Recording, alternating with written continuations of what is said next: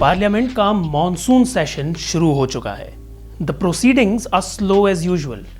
इन सब के बीच सेंट्रल गवर्नमेंट अपने long awaited data protection bill को हाउस में इंट्रोड्यूस कर सकती है। तो क्या है इस बिल की कहानी, इसमें क्या प्रोविजंस हैं और आपको ये बिल कैसे अफेक्ट करेगा, जानेंगे ये सब कुछ आज के वीडियो में। नमस्कार, मैं सृजन गिरदोनिया।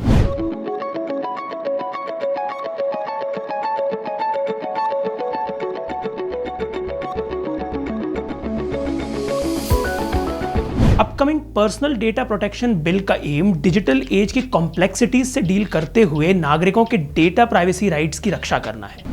भारत में एक मजबूत डेटा प्रोटेक्शन लॉ की तलाश जस्टिस श्री कृष्ण कमेटी के गठन के साथ शुरू हुई। 6 साल पहले 24 अगस्त 2017 को सुप्रीम कोर्ट द्वारा प्राइवेसी को मौलिक अधिकार यानी फंडामेंटल राइट के रूप में घोषित करने के बाद इस समिति को एक विधेयक का ड्राफ्ट तैयार करने की जिम्मेदारी सौंपी गई थी।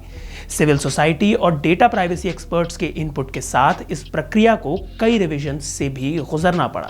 इंडिया में डिजिटाइजेशन ने लोगों की जिंदगी को पूरी तरह से बदल दिया है, ये तो हम सब जानते हैं।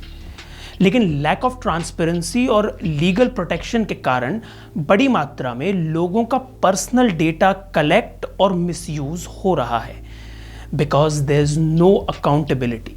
इसीलिए आने वाले पर्सनल डेटा प्रोटेक्शन बिल में कई इंपॉर्टेंट चेंजेस हैं। जैसे इस बिल के अंतर्गत central government age of consent को 18 साल से कम कर सकती है, यानी माइनर्स के डेटा को स्टोर और शेयर करने पर बहुत सी लीगल रिस्ट्रिक्शंस होंगी। हालांकि कुछ कंपनियों को बच्चों के प्राइवेसी प्रोटेक्शन के संबंध में एडिशनल ऑब्लिगेशन से छूट दी जा सकती है, बशर्त है कि ये कंपनियां सरकार को विश्वास दिला सकें कि पर्सनल डेटा को वेरीफाइबली सेफ तरीके से प्रोसेस किया जा रहा है। कंसेंट की एज को बदलने का बेस इस आइडिया पर है कि बच्चे या माइनर्स इंटरनेट पर इंडिपेंडेंट स्टेक होल्डर्स हो सकते हैं। इसका एम है माइनर्स की प्राइवेसी को प्रोटेक्ट करते हुए उन्हें इंडिपेंडेंटली सर्विसेज को एक्सेस करने की फ्रीडम देना। The upcoming bill offers further relaxations for cross border data flows as well.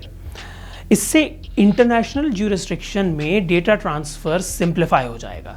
इसके अलावा बच्चों के डेटा से डील करने वाली कुछ संस्थाओं को पेरेंट्स की सहमति लेने के बाद भी छूट दी जा सकती है, लेकिन इन कंपनीज को यह डेमोन्स्ट्रेट करना होगा कि उनकी डेटा प्रोसेसिंग मेथड्स एकदम सेफ हैं। डेटा सुरक्षा के प्रति सरकार के पर्सपेक्टिव को काफी क्रिटिसिज्म का सामना भी करना पड़ा है। प्राइवेट कॉरपोरेशंस भले ही प्रॉफिट को प्रायोरिटी दे सकते हों, लेकिन सरकार का नागरिकों के अधिकारों की रक्षा करना एक संवैधानिक दायित्व है। इसके साथ गवर्नमेंट बॉडीज को छूट देने वाले प्रोविजंस ने भी जानकारों की चिंता बढ़ा दी है। जस्टिस BN श्रीकृष्ण ने प्रपोज्ड डेटा प्रोटेक्शन बोर्ड की कमियों पर जोर देते हुए एक इंडिपेंडेंट रेगुलेटर की जरूरत को हाईलाइट भी किया है। व्यक्तिगत डेटा के सबसे बड़े कलेक्टर और कस्टोडियन के रूप में सरकार को सदन में एक ऐसा बिल पेश करने में बेहद ईमानदार होने की जरूरत है जो अधिकारों को बरकरार रखते हुए नागरिकों के लिए एक्सेसिबल ग्रीवेंस रिड्रेसल या सुलभ शिकायत निवारण तंत्र को फैसिलिटेट भी कर सके। इस मॉनसून सत्र में लॉ मेकर्स के पास individual privacy rights, security related concerns और इन सब में सरकार की भूमिका पर जो संदेह हैं उनको दूर करने का अच्छा मौका रहेगा। जहां एक तरफ डेटा प्रोटेक्शन बिल के ड्राफ्ट में डेटा ब्रीचेस को लेकर भारी पेनल्टीज के प्रोविजन हैं, तो वहीं कई स्पेसिफिक पर्पसेस के लिए इसमें कोर्ट्स और इन्फोर्समेंट एजेंसीज को बहुत से एग्जेम्पशंस भी दिए गए हैं। डेटा प्रोटेक्शन बिल भारत में डेटा सिक्योरिटी की तरफ एक जरूरी कदम है, लेकिन अब भी गवर्नमेंट एग्जेम्पशंस और इंडिपेंडेंट रेगुलेटरी अथॉरिटी के मसले पर सरकार की ओर से कोई पुख्ता सफाई पेश नहीं की गई है। Current parliamentary session will be crucial in addressing these concerns, जिससे प्राइवेसी के मौलिक अधिकारों को सुरक्षित रखा जा सके। उम्मीद है सदन में इस बिल के सारे जरूरी मुद्दों पर चर्चा हो सकेगी और सरकार इसे पिछले कुछ बिल्स की तरह बिना प्रॉपर डिस्कशन के पास नहीं करेगी।